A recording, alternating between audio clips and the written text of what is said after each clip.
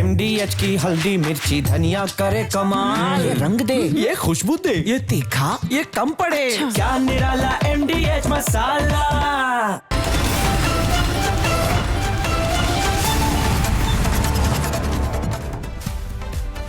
नमस्कार दर्शकों, मैं हूं आपके साथ प्रियंका शर्मा। रात के 8 बज चुके हैं। रिपब्लिक भारत में आप सभी का बहुत स्वागत है और हमारा शो पूछता है भारत ग्राउंड जीरो में आज 3 बड़ी खबरों पर हम आपको इनसाइड स्टोरी बताएंगे।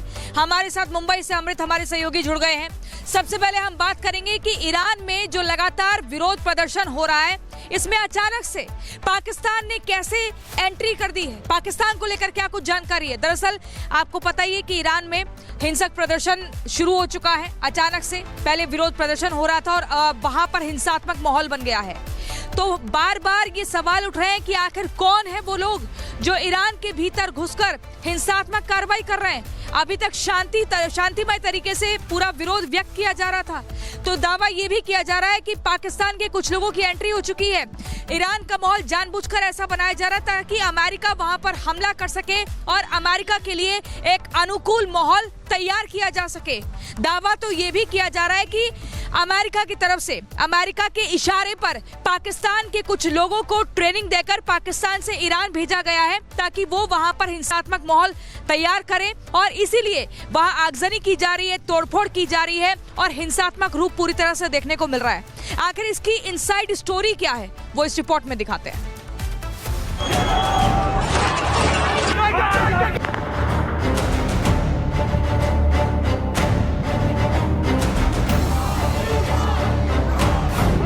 क्या पाकिस्तान से आए लोगों ने ईरान में हिंसा भड़काई? क्या ईरान के प्रदर्शनकारियों को पाक सेना ने ट्रेनिंग दी? क्या अमेरिका और पाकिस्तान ईरान में तख्ता पलट चाहते हैं? क्या ईरान में हिंसक प्रदर्शन के लिए यूएस ने पाक का इस्तेमाल किया? ये सवाल आज इसलिए जरूरी हो गया है क्योंकि ईरान में प्रदर्शन के दौरान हिंसा और अराजकता बढ़ती जा रही है। हिजाब विवाद, महंगाई, रोजगार को लेकर शुरू हुए विरोध प्रदर्शनों को बाहरी ताकतों ने हाईजैक कर दिया है। प्रदर्शनकारियों के पास अमेरिकी हैंड ग्रेनेड और हथियार मिल रहे हैं। ऐसे में सवाल ये है कि आखिर अमेरिकी हथियार और हैंड ग्रेनेड ईरान पहुंचे कैसे? क्या अमेरिका ने पाकिस्तान के रास्ते ईरान में हथियार और उपद्रवियों की घुसपैठ कराई? क्योंकि ईरान और पाकिस्तान की सीमा सटी हुई है। मेरा मानना है कि अमेरिका ने कहा है कि थोड़ा सा आप वहाँ पे दंगे को और प्रोत्साहित करो और उकसाओ वहाँ के लोगों को। पाकिस्तान बड़ी खुशी से वहाँ जा रहा है, अपने लोगों को भेज रहा है, उनको ट्रेनिंग दे रहा है किस तरह से रेजीम के बरखिलाफ वहाँ पर ईरान के लोग उठें और वहाँ की जो मुल्ला सरकार है उसको भगा दें। अमेरिकी राष्ट्रपति ट्रंप और मुनीर शहबाज की दोस्ती की तस्वीरें पूरी दुनिया ने देखी। ट्रंप ने पाक के फील्ड मार्शल आसिम मुनीर को डिनर पर इनवाइट भी किया था। हाल के दिनों में ट्रंप और मुनीर की नजदीकियां भी बढ़ी हैं। तो क्या ट्रंप ने ईरान के खिलाफ पाकिस्तान को साथ लेने के लिए मुनीर और शहबाज से नजदीकियां बनाए रखी? क्या ट्रंप पहले से ही ईरान के खिलाफ तख्ता पलट की साजिशें रच रहे थे और मुनीर शहबाज भी इसका हिस्सा है? डीप स्टेट यूएस का हाथ है इंस्टिगेट करने में, लेकिन डीप स्टेट के लोग वहाँ आकर हिंसा नहीं करेंगे। ये काम सिर्फ एक कंट्री है जो पूरी दुनिया में पैसों के लिए कर सकता है और वो है पाकिस्तान। जिस तरीके की हिंसा हो रही है, अपॉर्चुनिस्ट जिसको बोलते हैं ना हिंसा, जिस तरह की लूटपाट एक प्रोटेस्ट को रंग दिया जा रहा है, इसमें स्ट्रेट आईएसआई पाकिस्तान और उनके गुर्गों का एक स्टैंपिंग आप देख सकते हैं। अमेरिका ने ईरान में तख्ता पलट की जो साजिशें रची वो अंतिम दौर में है। ईरान में गृह युद्ध के हालात बने हुए हैं। प्रदर्शनकारियों का ईरान के ज्यादातर शहरों में आंदोलन चल रहा है। ट्रंप भी बार बार ईरान के प्रदर्शनकारियों को मदद भेजने की बात कह रहे हैं। हालांकि अब ट्रंप ने ईरान में प्रदर्शनकारियों को दी जाने वाली फांसी रोके जाने का दावा किया है। ट्रंप का कहना है कि ईरान ने ये फैसला अमेरिका के दबाव में लिया है। We've been told that the killing in Iran is stopping. It's stopped. It's stopping. And there's no plan for executions or an execution or executions.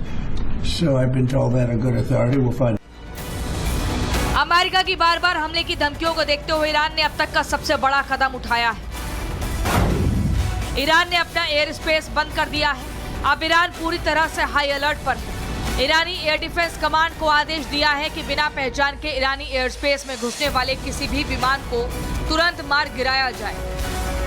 यानी अमेरिका अगर ईरान में घुसने की कोशिश करता है तो उसके विमानों को हवा में ही ढेर कर दिया जाएगा। ईरान और अमेरिका अब आर पार के मूड में है। ईरान में विरोध प्रदर्शनों का आज 19वां दिन है। 150 से ज्यादा शहरों में विरोध प्रदर्शन चल रहा है। इन प्रदर्शनों में अब तक 2500 से ज्यादा लोगों के मारे जाने की खबर है। ईरान में करीब 100 सुरक्षा कर्मी भी मारे गए हैं। फिलहाल ईरान में इंटरनेट और फोन सुविधा बंद की गई है। ईरान में मारे गए लोगों का आज सामूहिक अंतिम संस्कार किया गया है। इस दौरान उनके परिजन रोते बिलखते नजर आए। कई लोग अपने परिजनों का पोस्टर पकड़े दिखाई दिए।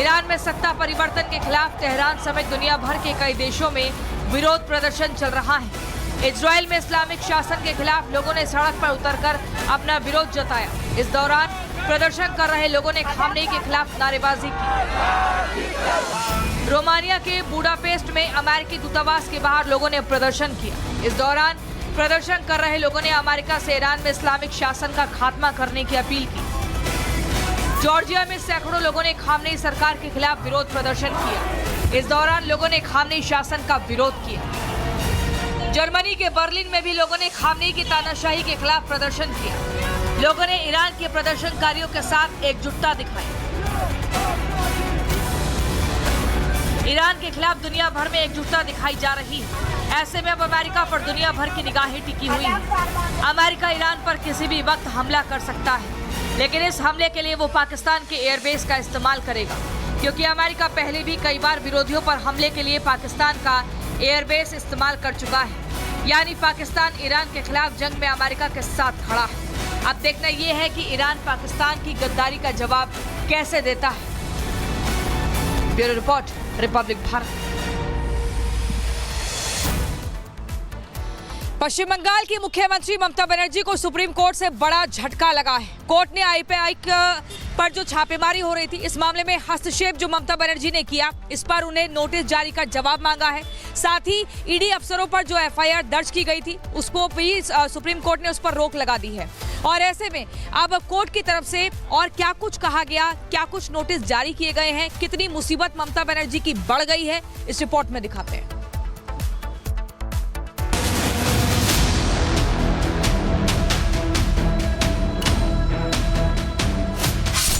ममता बनर्जी ने 8 जनवरी को कोलकाता से दिल्ली को चुनौती दी थी। अगर अमित शाह आपको बंगाल को जीतना है तो आपको हिम्मत है तो आप इलेक्शन में लड़ाई करके आइए। घोटाले की जांच कर रही ईडी के काम में बाधा डाला था। इलेक्शन कमीशन जो कर रहा है वो बीजेपी का इशारा में काम कर रहा है। संवैधानिक पद पर रहते हुए खुद को संविधान से बड़ा दिखाया था। The candidate list, the party strategy, the party plan. Is it the duty of the ED? Kolkata में ईडी अफसरों पर केस दर्ज कर अराजकता फैलाने की कोशिश की थी, लेकिन आज सुप्रीम कोर्ट ने साफ कर दिया कि संविधान से ऊपर कोई नहीं है। ईडी की याचिका पर सुनवाई करते हुए सुप्रीम कोर्ट ने बंगाल सरकार को नोटिस जारी किया है। कोर्ट ने ममता सरकार से 2 हफ्तों के भीतर जवाब मांगा और कहा कि केंद्रीय एजेंसी के आरोप गंभीर है। सुप्रीम कोर्ट ने साफ तौर पर कहा कि उस तलाशी अभियान के दौरान 8 जनवरी के दौरान आईपैक परिसर के सीसीटीवी फुटेज को भी सुरक्षित रखा जाए और साथ ही ये भी कहा गया है कि ईडी अधिकारियों के खिलाफ जो भी एफआईआर दर्ज की गई है उन एफआईआर पर रोक लगाई जाए अगली सुनवाई तक, यानी नेक्स्ट हियरिंग यानी 3 फरवरी 2026 तक ईडी अधिकारियों के खिलाफ पश्चिम बंगाल की पुलिस कोई कार्रवाई नहीं कर सकती। ये एक तरह से एक झटका है ममता बनर्जी के लिए। आईपैक छापेमारी मामले में ईडी की याचिका पर सुनवाई करते हुए जस्टिस प्रशांत कुमार मिश्रा और जस्टिस विपुल पंचोली की बेंच बंगाल सरकार पर सख्त टिप्पणी की। जस्टिस प्रशांत कुमार मिश्रा ने कहा कि इस मामले में कुछ बड़े सवाल सामने आ रहे हैं और अगर उनके जवाब नहीं मिले तो कानून व्यवस्था बिगड़ जाएगी। अगर सेंट्रल एजेंसियां किसी गंभीर अपराध की जांच के लिए ईमानदारी से काम कर रही है तो सवाल उठता है कि क्या पार्टी की गतिविधियों से उन्हें रोका जा सकता है। जस्टिस प्रशांत ने कहा कि सरकार ईडी के काम में दखल ना डाले, एजेंसी को अपना काम करने दे। कोर्ट ने 3 फरवरी को अगली सुनवाई तक ईडी अधिकारियों के खिलाफ दर्ज एफआईआर पर रोक भी लगा दी है। सुप्रीम कोर्ट का आदेश ममता सरकार के लिए बड़ा झटका माना जा रहा है। सर्वोच्च न्यायालय से एक करारा झटका ममता बनर्जी को लगा है और यह ऐसा झटका है जिससे स्पष्ट हो गया है जंगल राज कैसा होता है। जंगल राज बिल्कुल ममता राज जैसा होता है। आईपैक छापेमारी मामले में ईडी की याचिका में बंगाल सरकार पर कई आरोप लगाए गए हैं। ईडी का आरोप है कि छापेमारी के दौरान बंगाल सरकार और पुलिस ने जांच में रुकावट डाली। सीएम ममता अपने साथ कई सबूत और इलेक्ट्रॉनिक डिवाइस ले गई। ईडी को दस्तावेज जब्त करने से रोका, पुलिस ने मदद नहीं की। बंगाल पुलिस ने जांच एजेंसी को घेरा और उन्हें धमकी भी दी। बीजेपी ने ममता सरकार से पूछा है कि आखिर ईडी की कार्रवाई से उन्हें क्या डर है, आखिर ममता बनर्जी क्या छिपाना चाहती हैं?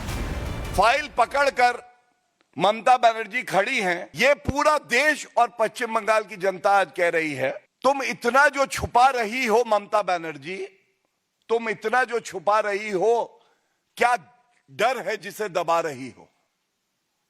ये क्या डर है कि ये फाइल अगर ईडी के हाथ लग जाती है तो आपको चिंता हो जाती है? 8 जनवरी को कोलकाता में ईडी की छापेमारी के दौरान हुए विवाद को लेकर सुप्रीम कोर्ट में जोरदार बहस हुई। इस दौरान सुप्रीम कोर्ट ने ईडी से पूछा कि आप वहां किस लिए गए थे, किस बात की जांच चल रही थी। इस पर सॉलिसिटर जनरल ने जवाब दिया कि ईडी अवैध कोयला घोटाले की जांच के लिए गई थी। सरकार कह रही है कि ईडी एसआईआर डेटा जब्त करने गए थे। एसआईआर डेटा पहले से वेबसाइट पर उपलब्ध है, कोई मूर्ख वो जब्त करने के लिए वहां जाएगा। इस पर सुप्रीम कोर्ट ने फिर एसजी से पूछा कि क्या इस कोयला घोटाले की जांच चल रही है। इस पर सुप्रीम कोर्ट ने जवाब दिया कि जी हां, कोयले का भुगतान कैश में किया जाता था।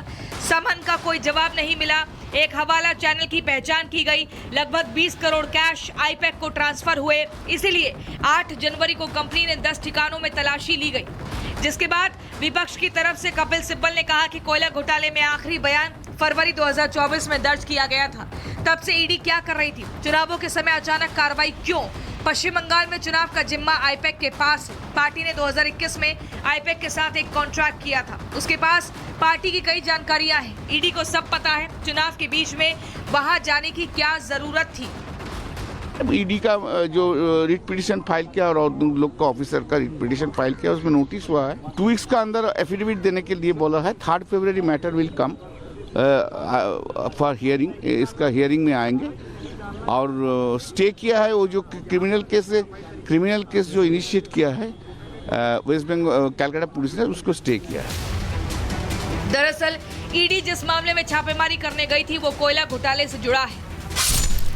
कोयला तस्करी में 2742 करोड़ रुपए मनी लॉन्ड्रिंग का आरोप है। 27 नवंबर 2020 को सीबीआई ने इस मामले में एफआईआर दर्ज की थी, तो वहीं 28 नवंबर 2020 को ईडी ने इसकी जांच शुरू की थी। आरोप है कि 20 करोड़ हवाला के जरिए आईपैक तक ट्रांसफर हुए।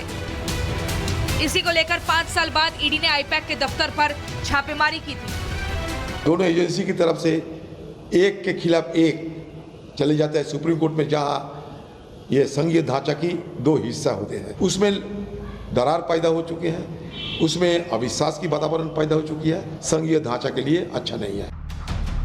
ममता बनर्जी ने जिस तरह से ईडी की कार्रवाई को हाईजैक किया, कोलकाता में जांच एजेंसियों को डराने की कोशिश की थी,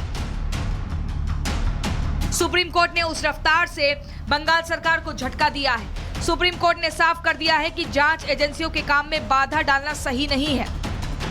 अब देखना यह है कि बंगाल सरकार सुप्रीम कोर्ट के नोटिस पर क्या कुछ जवाब देती है। सवाल यह भी है कि आखिर ममता बनर्जी कोयला घोटाले की जांच से क्यों डरी हुई है? आखिर सीएम ममता क्या छिपाना चाहती हैं? Bureau report, Republic Bharat.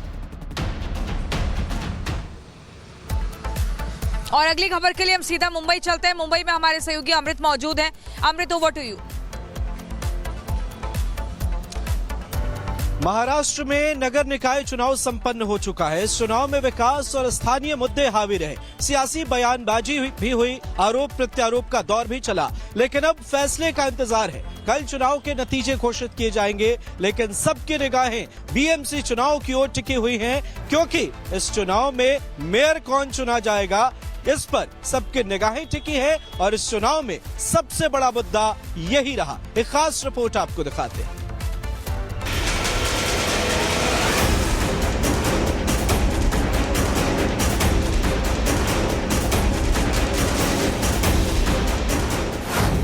क्या मुंबई में बुर्के वाली मेयर बनेगी या हिंदू और मराठी में से एक मेयर की कुर्सी पर बैठेगा? इस सवाल का जवाब मुंबई की जनता ने अपने वोट के जरिए ईवीएम में पैक कर दिया है। अब इंतजार है तो सिर्फ वोटों की गिनती का, जिसके बाद मुंबई का फैसला आएगा और इसी के साथ ये तय हो जाएगा कि मुंबई का किंग कौन होगा। मुंबई में आज बीएमसी चुनाव के लिए फिल्मी सितारों और राजनीतिक हस्तियों समेत आम लोगों ने अपना वोट डाला। सुबह 7 बजे शुरू हुआ मतदान, करीब 5:30 बजे संपन्न हुआ। इस दौरान मुंबई में गहमा गहमी का माहौल बना रहा। अब लोकतंत्र के इस महापर्व और महाउत्सव की तस्वीरें हम आपको दिखा रहे हैं। राज्य की 29 महानगर पालिकाओं में आज मतदान हो रहा है। बृहन मुंबई महानगर पालिका यानी बीएमसी चुनाव 2026 सबसे अहम है कई मायनों में, क्योंकि यहाँ पर ठाकरे ब्रदर्स एक बार फिर साथ आ गए हैं। दूसरी तरफ अगर हम बात करें सियासी मुद्दों की, तो जो स्थानीय मुद्दे हैं वो यहाँ पर हावी रहे और इसके साथ साथ एक मराठी भाषा का मुद्दा उसे भी बनाने की कोशिश की। मुंबई में बीएमसी चुनाव के मतदान के दौरान कई तरह के आरोप प्रत्यारोप चलते रहे। उद्धव ठाकरे ने चुनाव आयोग की निष्पक्षता और चुनाव में देरी पर सवाल खड़े किए। यहां तक कि उद्धव ने सैनिटाइजर से स्याही साफ होने का आरोप लगाया। AIMIM प्रवक्ता वारिस पठान ने वोटर लिस्ट में गड़बड़ी के आरोप लगाए। इस दौरान वारिस पठान ने अपनी बेटी का नाम भी वोटर लिस्ट में गायब होने की बात कही और चुनाव आयोग पर लोकतंत्र की हत्या करने का आरोप लगाया। बीएमसी के इस चुनाव में महाराष्ट्र की सियासी दलों की अग्नि परीक्षा चल रही है, क्योंकि इसी चुनाव में सियासी दलों के सारे समीकरण बदल डाले हैं। दरअसल बीएमसी में कुल 227 सीटों पर वोटिंग हुई है, जिसमें भाजपा, शिवसेना, शिंदे गुट 7 लड़े। बीजेपी 137 पर 7 लड़ी, तो वही शिंदे की शिवसेना ने 90 सीटों पर अपने उम्मीदवार उतारे थे। उधर शिवसेना यूबीटी ने मनसे के साथ अलायंस किया है। यूबीटी जहां 163 सीटों पर चुनाव लड़ी, वहीं एमएनएस को 52 सीटों पर जीत मिली। कांग्रेस ने वंचित बहुजन अघाड़ी से गठबंधन किया है। कांग्रेस 143 सीटों पर मैदान में रही, तो वही वीबीए को 46 सीटें मिली थी। एनसीपी ने किसी के साथ हाथ नहीं मिलाया। अजीत गुट वाली ये पार्टी 94 सीटों पर चुनाव लड़ी है। पूछता है भारत ग्राउंड जीरो में फिलहाल इतना ही। लगातार खबरों के लिए देखते रहिए रिपब्लिक भारत।